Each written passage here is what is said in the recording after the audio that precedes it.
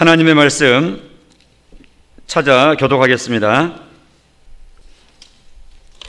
구약성경 출애굽기 제34장 27절로 35절입니다.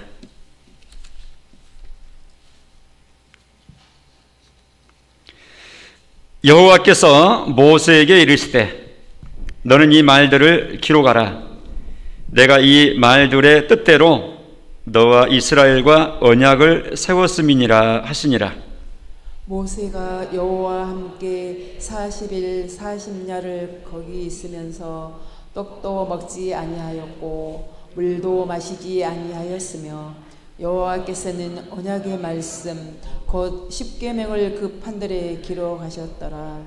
모세가 그 증거의 두 판을 모세의 손에 들고 시내산에서 내려오니 그 산에서 내려올 때에 모세는 자기가 여호와와 말씀하였으므로 말미암아 얼굴 피부에 광채가 나나 깨닫지 못하였더라. 아론과 온 이스라엘 자손이 모세를 볼 때 모세의 얼굴 피부에 광채가 남을 보고 그에게 가까이 하기를 두려워하더니 모세가 그들을 부르매 아론과 회중의 모든 어른이 모세에게로 오고 모세가 그들과 말하니 그 후에야 온 이스라엘 자손이 가까이 오는지라. 모세가 여호와께서 시내산에서 자기에게 이르신 말씀을 다 그들에게 명령하고 모세가 그들에게 말하기를 마치고 수건으로 자기 얼굴을 가렸더라. 그러나 모세가 여호와 앞에 들어가서 함께 말할 때에는 나오기까지 수건을 벗고 있다가 나와서는 그 명령하신 일을 이스라엘 자손에게 전하며 이스라엘 자손이 모세의 얼굴의 광채를 보므로 같이요 모세가 여호와께 말하러 들어가기까지 다시 수건으로 자기 얼굴을 가렸더라. 아멘. 광채가 났던 모세의 얼굴입니다. 이 대목은 지금 또다시 시내산 위에 올라가 40일 동안 내려왔을 때의 일입니다. 금송아지 사건 때문에 이 십계명 돌비를 던져서 깨버렸죠. 그리고 하나님께서 다시 돌판 2개를 준비해가지고 올라와라. 다시 기록하겠다 해서 다시 시내산에 등정하고 40일 40야 주야로 40일을 금식하면서 또 2차 금식입니다. 대단하죠? 그래서 있다가 돌판을 가지고 내려온 거예요. 그래서 깨버린 언약을 다시 하나님께서 분명히 하신 것을 말씀하는 겁니다. 오늘 우리가 주목하고자 하는 것은 그 대목이 아니라 이 모세의 모습입니다. 그렇게 하나님과 대면하고 내려온 모세의 모습. 거기 보니까 광채가 났다 그랬습니다. 29절에 이 중반 이후에 보니까 모세는 자기가 여호와와 말하였으므로 말미암아 하나님과 대면해서 말하고 하나님과 교제하고 이런 기간을 보낸 것 때문에 얼굴 피부에 광채가 났다. 그러나 본인은 내 얼굴이 빛이 나고 있구나 이걸 깨달았다고요? 깨닫지 못했다고요? 깨닫지 못하였더라. 자기는 몰라요. 그런데 다른 사람이 볼 때 모세의 얼굴이 부시는 거예요. 눈이 부시는 거예요. 그래서 심지어는 어느 정도였는가 하니까 30절에 보면 산 아래에서 기다렸던 그들이 즉 30절에 그랬죠. 아론과 온 이스라엘 자손이 모세를 볼 때의 반응입니다.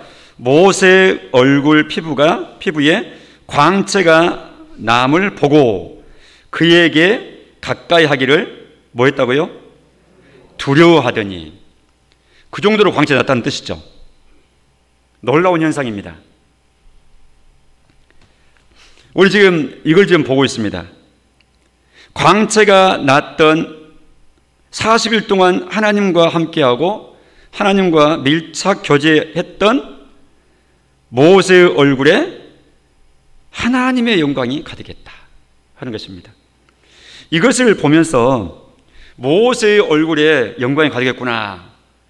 이건 아주 이 표면적인 모습이고요.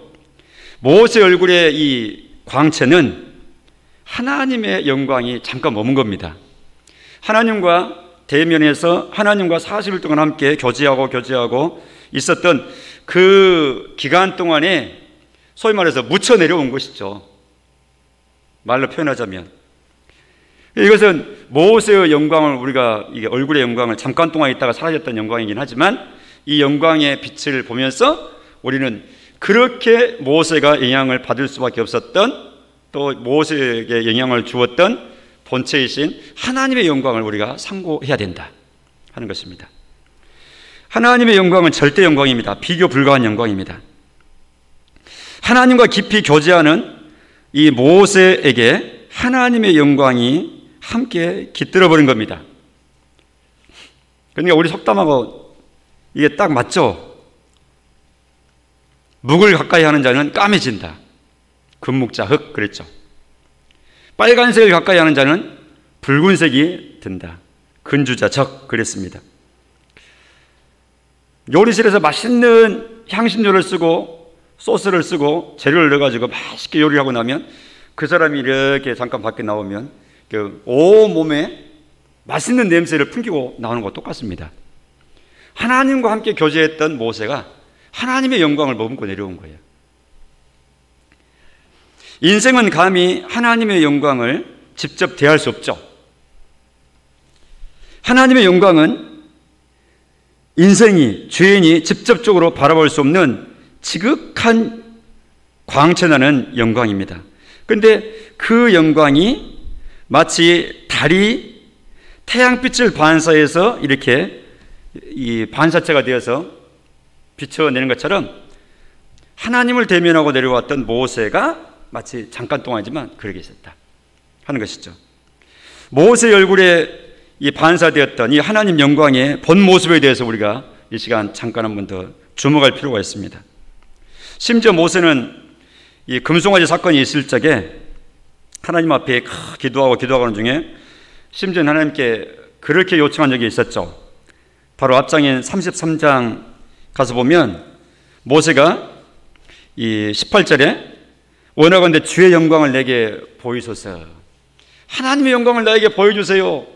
그가 온 백성들의 금송아지 사건으로 배신하고 배반하고 떠나버린 언약을 떠나버린 그런 모습 앞에서 하나님 앞에 자기 자신을 새롭게 하고 하나님의 영광을 좀 주목해야 되겠다는 그런 소원이 있었던지 그렇게 요청을 합니다.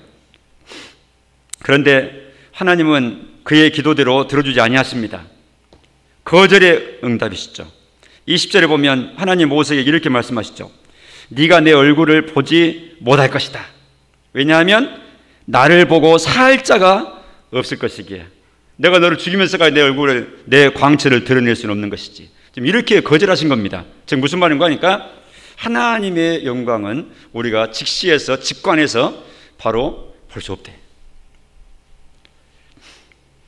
선지자 이사야가 50년 이상 왕 역할을 했던 유대나라 왕 우시아가 죽는, 그러니까 국장이 난 그 국가적인 위기의 때에 하나님께서 보여주신 하나님의 보호자의 환상을 봅니다. 그것이 바로 그 유명한 이사야서 6장의 내용입니다. 우시아 왕이 죽던 해에 내가 본즉 주께서 높이 들린 보좌에 앉으셨는데 하나님께서 환상을 보여주신 겁니다. 그 옷자락은 성전에 가득했다. 2절에 보니까 천사들이 모시고 섰다. 스랍이라고 하는 천사들이 하나님을 지근거리에서 주변에서 모시고 섰다. 이 천사들의 모습은 날개가 자그마치 6개씩이다. 자기 얼굴도 가리고 자기의 두 발도 가리고 두 날개로는 쉼없이 날면서 하나님을 찬송 부르더라. 3절에 거룩하다 거룩하다 거룩하다. 이 스랍들의 찬양의 내용입니다. 이 히브리 문학에 있어서는 최상급 표현할 때는 3번 반복하는 겁니다. 거룩하다 거룩하다 거룩하다.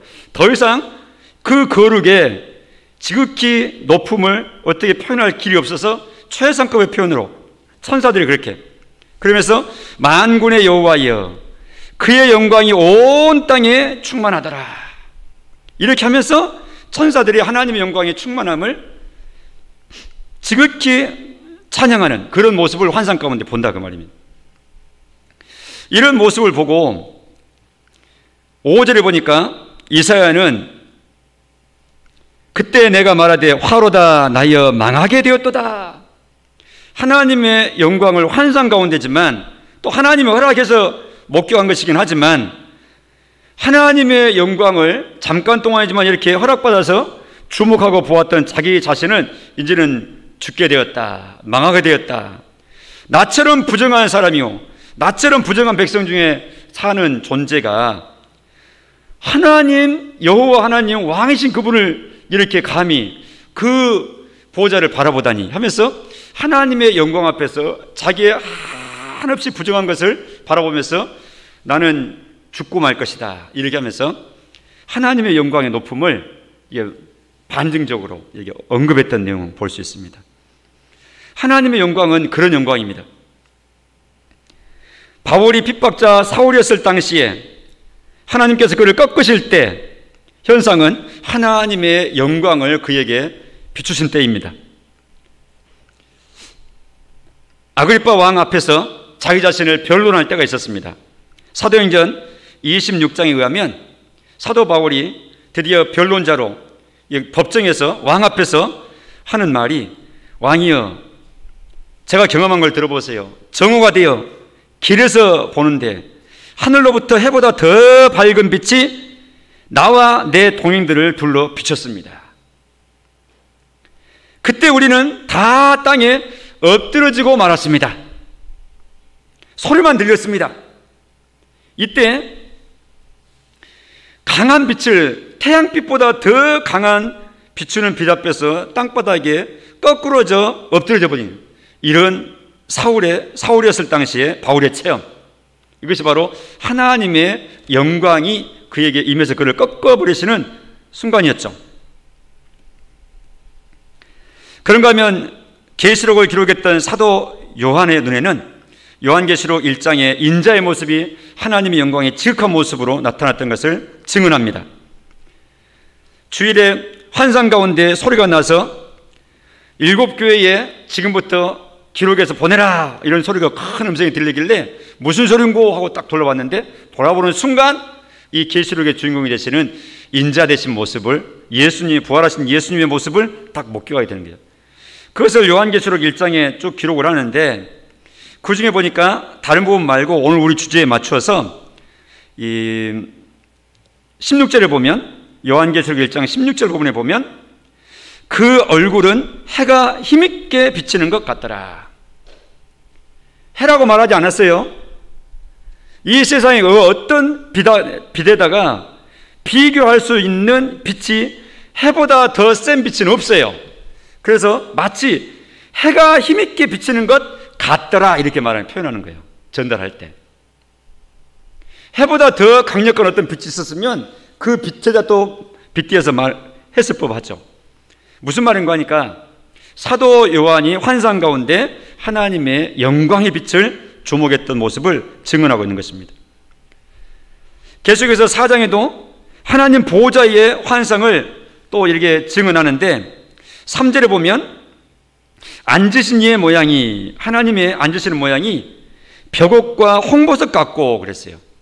그러니까 이 순결한 깨끗한, 그 다음에 영롱한 그 모습을 벽옥이라고 하는 진주 종류에다가 또 홍보석이라고 하는 그 진주 종류에다가 앉으신, 보좌에 앉으신 하나님의 모양을 그렇게 빗대어서 말하는 것이죠.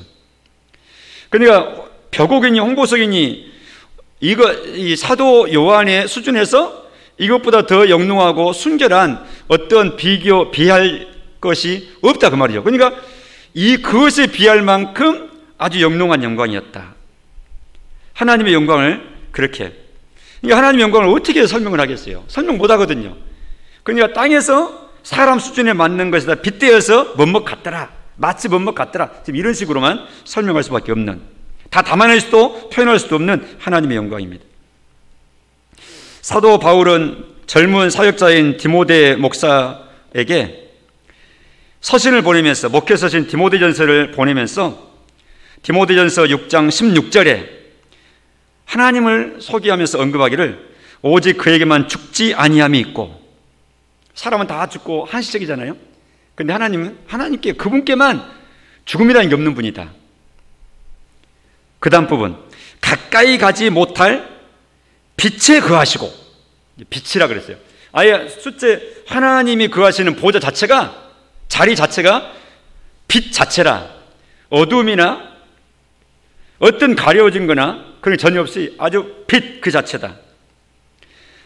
그 다음에 어떤 사람도 보지 못하였고, 하나님 본 사람 없습니다. 내가 하나님 봤습니다 하는 사람은 이 성경적으로 이런 구절을 통해서 볼 때 그것은 맞는 말이 아니죠. 그리고 자기가 착각하고 있는 것을 봤다 이렇게 말하고 착각적으로 말할 뿐이라고 우리는 그렇게 진단할 수밖에 없어요. 왜냐하면 성경은 어떤 사람도 하나님을 볼 수 없고 본 사람도 없다 이렇게 말하거든요. 어떤 사람도 보지 못하였고 또 볼 수 없는 이시니 그에게만 존귀와 영광을, 이렇게. 하나님은 그런 분입니다. 우리가 찬송가 27장에 보면 1절에 그렇게 하죠. 빛나고 높은 보좌와, 기억나십니까? 빛나고 높은 보좌와 그 위에 앉으신, 그 다음 부분 뭐라고 가사가 나오죠? 주 예수 얼굴 영광이 뭐같이? 해같이 빛나는. 우리가 왜 해다가 여기 지기법이라고 그러잖아요. 비유법이라고 그러고 뭐뭐같이, 해같이. 이 땅에서는 해 아래에서 해보다 더 밝은 빛은 없으니까. 근데 주 예수 얼굴 영광이, 예수님의 부활 승천하신, 다스리시는, 주관하시는 우리 구주 되신 예수님의 영광이, 그 얼굴빛의 영광이 해처럼 빛난다. 이렇게 작사가는 노래했던 것이고 우리가 그 가사로 예수님께 영광을 돌리는 겁니다. 근데 이 찬송가가 거기서 끝나는 게 아니라 1절에 그렇게 시작하는데 5절에 가서는 미래형으로 우리가 가사를 부르죠. 주님의 보좌 있는데, 기억나시면 같이 한번 해보세요. 천한 몸 이르러. 그러니까 그 주님의 보좌, 빛나는 주님의 보좌 있는데 이 천한 몸이 그곳에 이르러, 주님 부르실 때 우리가 다 동참할 거 아니겠습니까? 그 영광 몸소 배올 때 그 영광을 몸소 뵌다는 거예요. 그러니까 이런 찬송을 우리가 부를 때 한 번씩 생각해보고 불러야 돼요. 그렇지 않으면 세상 유흥가는 사람의 흥을 실어서 감정 이입시켜가지고 흥으로 부르잖아요. 그런데 찬송가는 우리의 흥이나 감정이나 기운에 따라 부르는 곡조가 아닙니다. 찬송은 세상 노래와 일반 대중가요와 다른 근본적인 것은 일반 모든 대중가요는 사람을 위해서 부르는 것이고 사람을 향해서 부르는 것이고 사람 즐거움을 목적 삼고 부르는 것이에요. 그러니까 이 멋진 곡은 자기가 즐거우면 그 열심히 부르면 돼요. 다 즐거우면 되는 거예요. 다른 사람 듣기에도 아이고 참 18번 잘 부르시네, 한 번 더 불러봐, 앵콜 막 하면 또 난 잘한다고 부르고 저 사람 듣기 좋다고 듣고 이렇게 하는 거예요. 이게 이 일반적인 노래예요. 이 일반적인 노래도 하나님께서 주신, 누리라고 하신 우리 문화활동에 이 하나님께서 주신 복입니다. 음악이라고 하는 것이. 그런데 찬송가라고 하는 것은, 이런 27장 같은 이런 찬송은 지금 이 예배 시간에 찬송을 드릴 때 찬송을 드리는 대상이 분명하죠. 하나님을 향해서 드리는 겁니다. 우리의 신앙을 담아가지고 고백으로 올려드리는 겁니다. 그냥 예배 시간에 우리 하나님께 드리는 거죠. 예배를, 찬송을 드리는 거죠. 기도를 드리는 거죠. 예물을 드리는 거죠. 이렇게 하는 거예요. 하나님께 올리는 순서가 바로 이 예배 시간에 있는 것이고, 그리고 예배 시간의 순서에는, 주보의 순서에는 하나님으로부터 우리에게로 향해서 하나님이 우리에게 공부하시는 부분이 있는 거예요. 그런 말씀을 들려주시는 거고, 또 우리 심령에 이 확신을 주시는 것이고, 그 다음에 축도를 통해서 우리에게 복을 선포해 주시는 것이고, 이렇게 하면서 하나님 쪽에서 우리에게도 주시는 게 있는 거예요. 그러니까 예배는 하나님과 우리 사이에 교제하는 영적인 교제의 현장이 바로 예배 시간인 거죠. 그러니까 예배를 성공적으로 잘 이렇게 정신 바짝 차리고 온 정성을 드리면서 이렇게 집중해서 드릴 때마다 예배 성공인 곧 우리의 영혼이 힘을 차리는 유일한 비결이에요. 예배를 통해서 영혼이 살아나는 거예요. 아니, 저 목사님 저는 믿음이 안 생겨요. 또는 왜 저는 이렇게 기쁨이 적을까요? 예배 성공해야 됩니다. 핵심은 거기로부터 출발하는 것입니다. 5절에 이런 가사를 하나님께 들려버리는, 이건 믿음의 고백입니다. 이 천한 몸이 주님의 보좌가 있는 그곳에 이르러 그 영광, 해같이 빛난다는 그 영광을 몸소 배우게 될 텐데, 그때 내 기쁨이 넘치게 될 것입니다. 내 기쁨 넘치리. 기쁨 넘친 것을 예배하면서 찬송하면서 슬픔이 가득해서 하면 이 연기자가 연기한다고 볼 때 전혀 격이 안 맞잖아요. 예를 들면 탤런트가 드라마 속에 어떤 역할을 하는데 아주 기쁜 역할을 해야 되는데 그 기쁜 역할을 담아내지 못하면 그 격이 안 맞는 거잖아요. 연기력이. 이 찬송가 가사가 내 기쁨이 그때는 넘치게 될 것이다. 그러니까 세상의 근심과 우수사리와 우울한 느낌, 이런 한 눌린 짐스러운 것 때문에 우리 마음이 이 찬송을 격에 맞게 부르지 못할 때가 있다, 그 말이죠. 그러니까 우리가 예배 준비한다, 먼저 와서 예배를 지금 준비해서 예배를 드리자 할 때는 오늘 드릴 찬송이 어떤 가수인가 보자. 목사님이 이 찬송을 선정할 때 어떤 곡을 했는가 보자. 가사를 쫙 한번 읽어보면서 딱 이렇게 스스로 딱 가사를 이렇게 더듬어 보면서 그 찬송을 드릴 때 바로 그런 마음으로 믿음의 고백으로 담아서 내 고백으로 올려야지 하는 마음으로 미리 한번 쭉 살펴보는 거예요.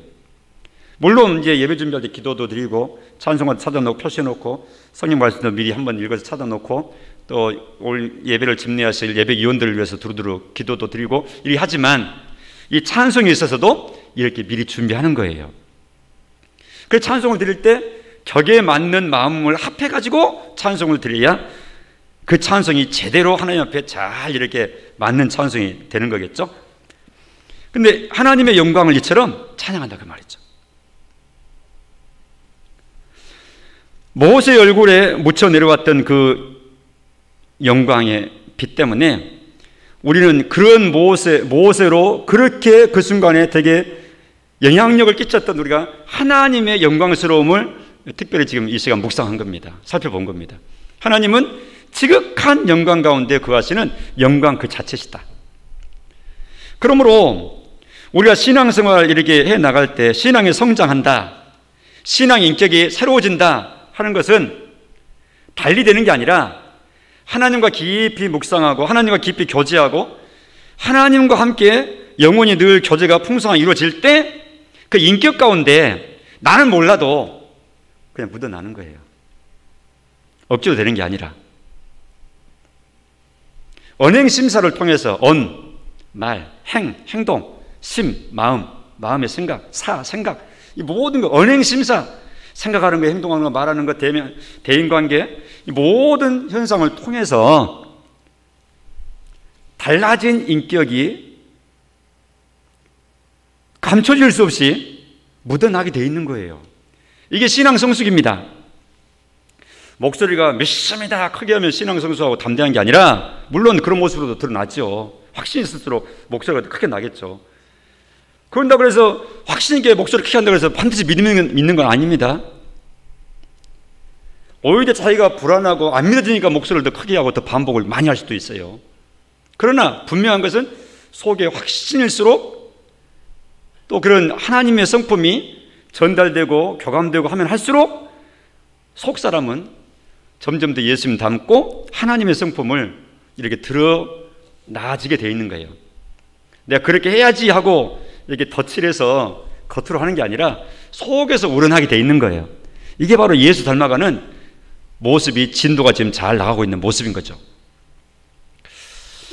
그래서 베드로 사도를 통해서 하시는 말씀은 우리가 신의 성품에 참여한 자, 신의 성품에 참여한 자가 된다 이렇게 말씀하죠. 믿음에 덕을 더해라, 덕에 지식을 더해라, 지식에 인내를 더해라, 인내에 절제를 더해라, 절제에 형제 우애를 더해라, 형제 우애에 경건을 더해라, 거기다 사랑을 더해라. 그래서 8가지 단계를 쫙 해서 이게 하나님의 성품을 닮아간다고 하는 것이 무엇인가를, 이것이 신앙생활의 전부인 것을 핵심적으로 언급하고 계시죠. 그러므로 우리는 나이가 더해갈수록 우리의 신앙 횟수가 그만큼 더 더해가는 것이 될 터인데, 신앙 횟수가 더해가면 더해갈수록 소위 말해서 신앙의 내공이 더 깊어지고 하나님과 교제가 더 익숙한 그런 신앙인의 모습으로 나아감으로 인해서 속사람이 더욱 예수님을 닮아가고 하나님의 성품이 더욱 내 삶 가운데, 또 대인관계 속에, 가족 간에, 또 성도 간에, 이웃 간에 하나님의 성품이 많이 드러나서 감동 그 자체가 되도록, 나는 모르는데 내가 그렇게 일부러 하려고 하는 것도 아니고 내가 그렇게 하고 있구나 이게 느끼는 것도 아닌데, 다른 사람이 모세의 얼굴에 빛을 본 것처럼 나를 보는 다른 사람이 먼저 느끼게 되는 거예요. 하나님께 영광될 일입니다. 자, 이처럼 하나님은 영광 그 자체시다. 하나님의 어떠하심을 우리가 먼저 언급을 하고요. 한 가지 더, 이렇게 모세가 그렇게 내려와서 자기를 대하는 아론이나 이 백성의 이 대표자들 모습 보니까 그러고 있어서 모세가 얼굴을 수건으로 가리죠. 수건으로 가려버립니다. 그리고 하나님께 올라갈 땐 다시 이제 벗고 이렇게 하는데, 왜 그랬습니까? 고린도후서 3장 13절의 언급에 의하면 바울 사도의 그 사건, 모세 얼굴 광채에 수건 덮는 그 사건을 언급한 사도 바울의 진술에 의하면 그렇게 수건으로 가린 이유가 또 분명히 언급되는데, 모세가 이스라엘 자손들에게 장차 없어질 것의 결국을 주목하지 못하게 하려고 그랬어요. 수건을 그 얼굴에 쓴 것 같이. 그러니까 모세가 수건으로 자기 얼굴을 이렇게 가린 것은 그 주목하지 못하도록, 자기 얼굴에 빛이 나는 것을 보고 와 감탄하거나 막 칭찬하거나 와 하고 이게 그것 자체 주목하지 못해. 왜냐하면 그 빛이라고 하는 것은 이 고린도전서 3장 13절에 의하면 장차 없어질 것이다. 그러니까 시간 지날수록 그건 또 희미해지고 점점 사라져간다. 사라져갈 것에 주목하지 못하게 하려고 수건으로 썼다 이렇게 말합니다. 우리는 그러니까 잠깐 있을 영광에다가 우리의 마음을 두지 않고, 모세가 수건으로 얼굴의 영광을, 광채를 가했던 그 모습을 통해서, 그 의도를 통해서 우리도 잠깐의 땅에서의 영광에 우리가 주목할 일이 아니구나 하는 것을 마음 가운데 분명히 해야 된다고 말이죠. 잠깐의 영광이 아니라 그건 뭐냐? 영원할 영광에 주목해야 되는 것을 말씀하는 것이죠. 고린도전서 15장 43절에 의하면 부활의 내용을 언급을 할 때 욕된 것으로 심고, 같이 읽어봅시다. 시작. 영광스러운 것으로 다시 살아나며, 다시 살아나며 두 글자로 부활 말하는 거예요. 욕된 것으로 심고, 이 썩을 몸, 병 들어가는 몸, 아픈 몸, 자꾸 피곤한 몸, 자꾸 늙어가는 몸, 이 몸을 일컬어서 욕된 몸이라 이렇게 표현하고 있어요. 욕된 몸으로 심고 땅에 심어버리는 거예요. 죽어서 땅으로 돌아가 버리는 거예요. 그런데 하나님께서 나중에 영광스러운 몸으로, 영광스러운 것으로 다시 하나님께서 살리신다. 우리의 소망이 여기에 있도록 주님이 선명하게 말씀하신 것입니다. 빌립보서 3장 21절에 그는 만물을 자기에게 복종하게 하실 수 있는 자의 역사로 우리의 낮은 몸을 자기의 영광의 몸의 형체와 같이 변하게 하시리라. 미래형입니다. 다시요. 자, 이 문장을 잘 보세요. 좀 번역이 좀 길고 복잡해져 있는데, 그가 누군가를 보세요. 예수님입니다. 그는 만물을 자기에게 복종하게 하실 수 있는 자, 누굽니까? 하나님 아버지입니다. 그분의 역사로, 그분의 일하심으로, 그러니까 하나님 아버지께서 예수님께 만물을 다 복종하도록 예수님께 다 권세를 주셨다고 말했죠. 그러니까 예수님은 만물을 예수님 자기에게 복종하게 하시는 그 하나님의 그 일하시는 그 역사로, 그 역사를 힘입어 가지고 우리의 낮은 몸을, 여기서는 이제 우리의 이 몸을, 육체를 낮은 몸이라 표현하고 있습니다. 우리의 낮은 몸을 자기의 영광의 몸의 형체와 같이 변하겠습니다. 예수님 자기 자신의 영광의 몸처럼 우리를 변화시키신다. 이 예수님의 영광의 몸은 어떤 몸인가? 부활하셨을 때 몸을 두고 하는 말입니다. 근데 이것도 역시 부활체, 우리의 부활체가 어떻게 영광스러운 부활의 몸이 될 것을 언급하시는 내용이에요. 우리의 신앙은 부활신앙입니다. 우리가 신앙 고백할 때도 몸이 다시 사는 것을 믿는다고 고백하는데 부활신앙을 두고 하는 말입니다. 예수님이 부활하신 것도 우리가 고백을 할 뿐만 아니라 우리의 몸도 그처럼 다시 살 것을 믿사옵나이다 하고 우리가 사도신경을 통해서 신앙 고백하는데 바로 부활신앙을 두고 하는 말입니다. 부활신앙이라고 하는 것은 예수님의 부활을 믿습니다 하는 것과 더불어서 그 부활의 시범 보이신 그 시범 몸처럼 우리의 이 낮은 몸, 욕된 몸, 썩을 몸도 예수님의 시범 보이신 부활하신 그 몸처럼 영광스러운 몸으로 우리를 부활시키신다 하신 하나님 말씀하신 그 약속이 그대로 이루어져서 우리도 그 부활에 참여할 줄로 믿습니다 라는 고백입니다. 우리의 기독신앙은 바로 그런 놀라운 신앙인 고백입니다. 하나님의 그러한 약속을 그대로 받아서 아멘 하고 믿음으로 바라보는 것이죠.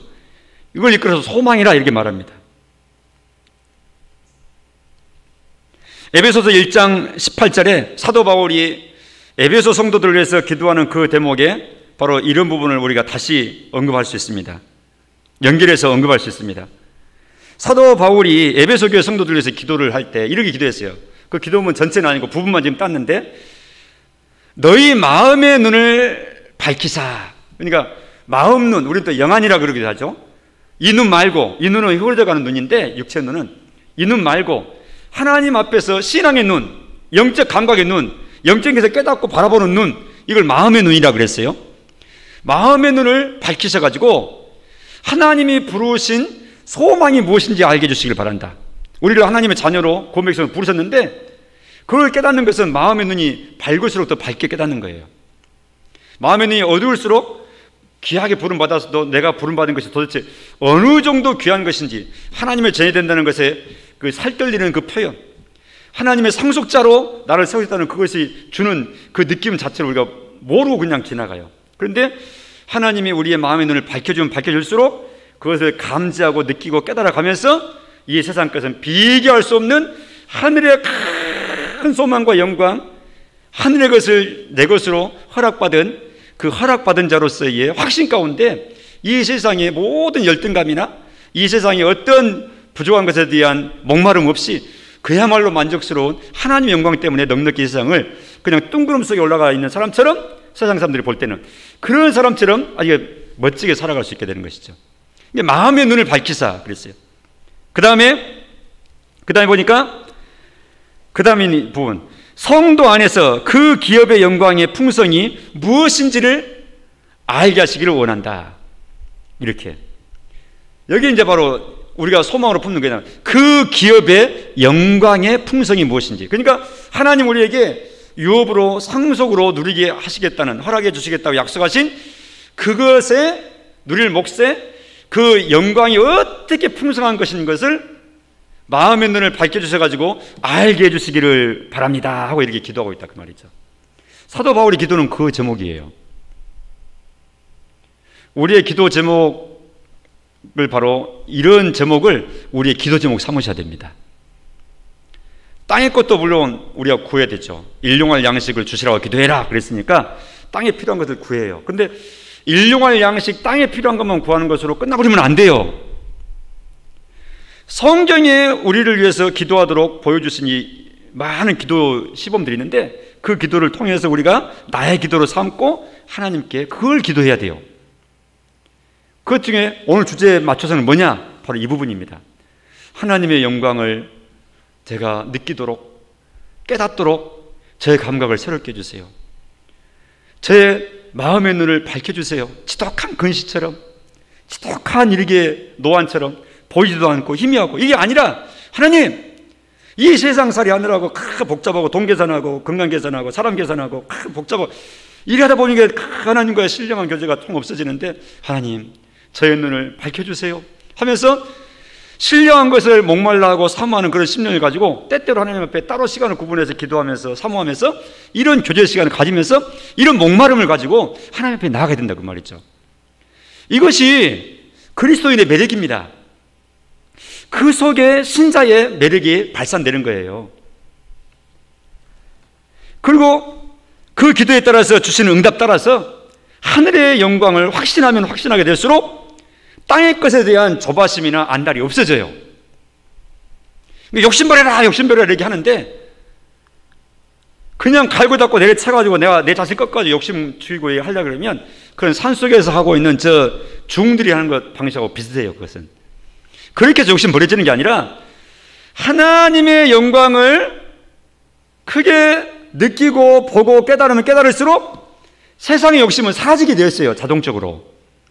빛이 오면 어둠이 물러가 버린 것처럼 빛이 없으니까 어둠이 꽉 짖어버리잖아요. 근데 빛이 오면 어둠은 없어지는 것처럼 하나님의 영광을 경험하고 알고 느끼고 하면 할수록 영적 감각이 그쪽으로 하나님의 은혜에 따라서 이끌림 받으면 받을수록 세상 것에 대한 안달이나 조바심이나 욕심이나 싸움이 없어지는 거예요. 그걸 위해서 지금 사도 바울이 기도하고 있는 겁니다. 성도들을 위해서. 그러니 이런 기도를 나도 내 기도로 삼고 해야 된다. 워낙에는 우리의 현실적인 문제에만 치여가지고 우리가 겨우겨우 응급구조 받듯이 이렇게 사는 정도가 아니라 하나님께서 기뻐하실 만한 이런 믿음의 이 멋진 신앙의 모습으로 나아갈 수 있도록 우리 모두에게 이러한 복 주시기를 간절히 축원합니다. 고린도후서 4장 18절의 말씀에 하면 그래서 우리가 주목하는 것은 보이는 것이 아니요 보이지 않는 것 주목한다. 왜? 보이는 것은 잠깐이요 보이지 않는 것은 영원하기 때문에. 잠깐 보이고 없어질 것에 주목하며 살 게 아니라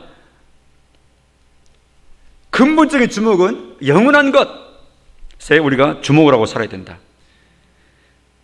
골로새서 3장 1절에서도 사도 바울은 동일한 교훈을 권면을 골로새 교인들한테 합니다. 그러므로 너희가 그리스도와 함께 다시 살리심을 받았으면, 즉 구원 받았으면, 하나님 자녀 되었으면 위의 것을 찾으라.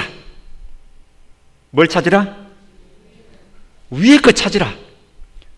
이렇게 말씀하는 거예요. 땅의 것 찾지 말고 위의 것 찾으라. 땅의 것 바라보지 말고 위의 것 바라봐라. 이렇게 말합니다. 이건 무게중심을 두고 하는 말입니다. 우리가 사람으로 사는데 어떻게 땅의 것 안 바라볼 수 있어요? 그냥 그렇게 하지 말란 말이 아니라 항상 근본 문제가 최종 목적이 결국 땅의 것만 구하고 끝나네 이렇게 하지 말라 그 말입니다. 땅의 것 구하고 필요에 따라서 구하고 바라보고 계산하고 이렇게 다 하되 여기서만 끝나버리지 말고 땅에 계산하면서 최종적으로는 그것이 다 하늘의 영원한 것으로 연결된 땅의 것이 돼야 되는 것이지, 땅의 것으로만 끝나버리고 근데 그것으로 만족하고 됐으니까 좋고 좋다 더 필요한 것도 없다 대만족인 땅의 것으로만 만족하고 땅의 것으로만 부족하고 이러면 안 되고 항상 최종에 우리는 이 터미널이 종점이 하늘의 것으로 영원한 것으로 연결되도록 이렇게 하라는 그 뜻이죠. 생각의 방향과 생각의 방식이 말이죠. 자, 로마서 15장 3절에 하나님을 소개할 때는 소망의 하나님이라 말씀하고 있습니다. 같이 읽어보겠습니다. 시작. 소망의 하나님이 모든 기쁨과 평강을 믿음 안에서 너희에게 충만하게 하사 성령의 능력으로 소망이 넘치게 하시기를 원하노라. 뭘 원한다고요? 소망이 넘치게 하시기를. 근데 소망이 넘치는 것은 바로 그 앞에 성령의 능력을 힘입어서 소망이 넘치는 자 되기를 원한다. 소망이 하나님이신 그 하나님께서 기쁨과 능력 안에서 평강 가운데서 여러분에게 성령의 도우심 따라서 소망 충만케 하시기를 바란다. 이렇게 지금 기도하고 있는 겁니다. 로마 성도들을 위해서 사도 바울이. 그러니까 바울 서신의 몇몇 구석구석에 보면 서신을 기록하다가 그 성도들 위해서 기도하고 내용들이 가끔씩 이렇게 틈틈이 섞여져 있거든요. 그 기도가 곧 우리의 기도예요. 또 우리를 위한 기도예요. 받아섭니다. 소망이 하나님. 소망이 하나님. 하나님 우리에게 이 땅을 살아가면서 소망 중에 즐거워하면서 소망 중에 위를 바라보면서 살아가도록 그렇게 한 겁니다. 믿지 않는 어르신들은 겉사람이 낡아져갈 때 소망도 없으니까 하나님이 주신 이런 소망이 없기 때문에 땅에서 늙어가니까 옛날에 좋았는데 이제 나는 아무 즐거움도 없고 기대할 것도 없다. 이렇게 한다고 그랬잖아요. 근데 그리스도인은 우리도 그렇게 끝나버리면 안 되는 거죠. 그래서 하나님은 세상 사람들은 그렇게 하지만, 이웃들은 그렇게 하지만, 너희들은 내가 주는 약속 바라보고 위를 바라보면서 소망 중에 이 땅을 통과해서 나가는 거야. 이렇게 말씀하는 겁니다.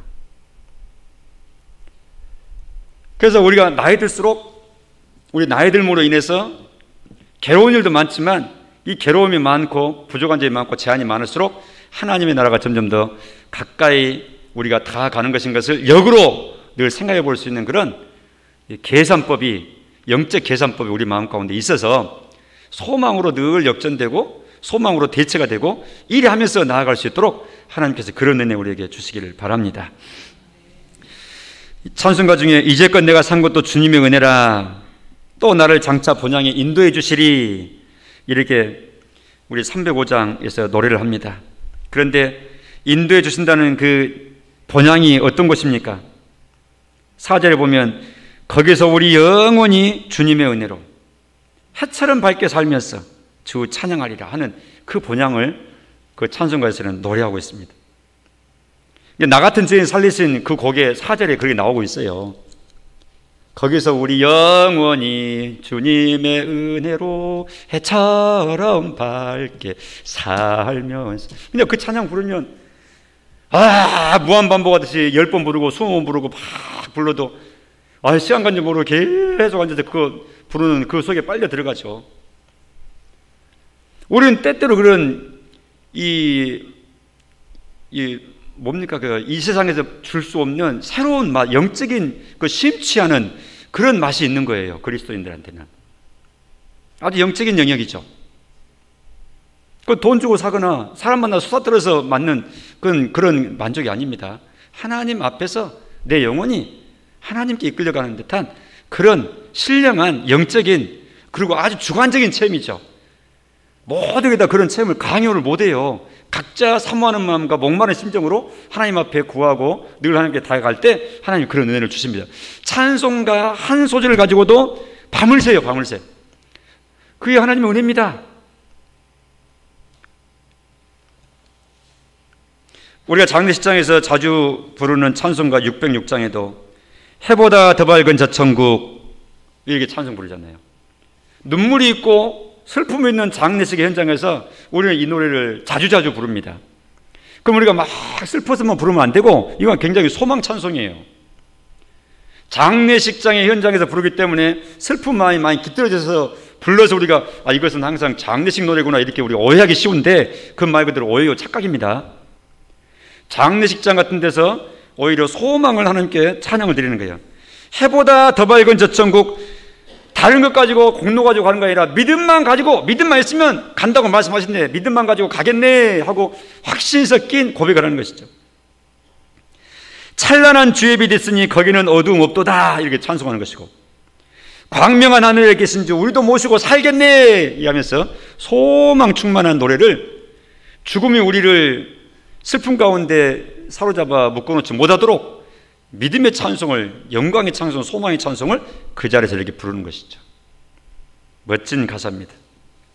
오늘 모세가 하나님과의 40일 동안 교제 속에 내려올 때 그의 얼굴에 머금은 하나님의 영광의 광채를 우리가 이렇게 읽으면서 하나님의 영광 그 자체이신 것을 분명히 다시 한번 하고, 더불어서 우리가 그 영광을 주목하면서 이 땅에 살지만 잠깐의 삶일 뿐이고 영원한 그 영광의 곳을 소망 삼고 나아가는 우리여야 된다. 주님이 그걸 바라신다 라는 사실까지 우리가 분명히 했습니다. 하나님께서 이 은혜 주시기를 간절히 축복합니다.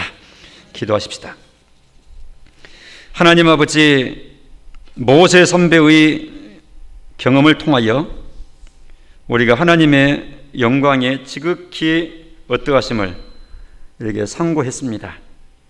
하나님, 말로 설명되고 또 말로 설명하고자 했던, 그러나 충분치 않은 이 표현이지만 하나님이 이 시간 이 말씀에 함께한 우리 한 분 한 분들 마음 속에 하나님의 영광을 늘 배움는 새로운 체험, 또 새로운 기대, 새로운 소망 충만하도록 이끌어 주시고, 이 땅에서의 많은 괴로움과 어려움이 있는 삶이지만 소망이 날마다 더해가는 우리의 나날이 되어져 갈 수 있도록 함께하여 주옵소서. 예수님 이름으로 기도합니다. 아멘.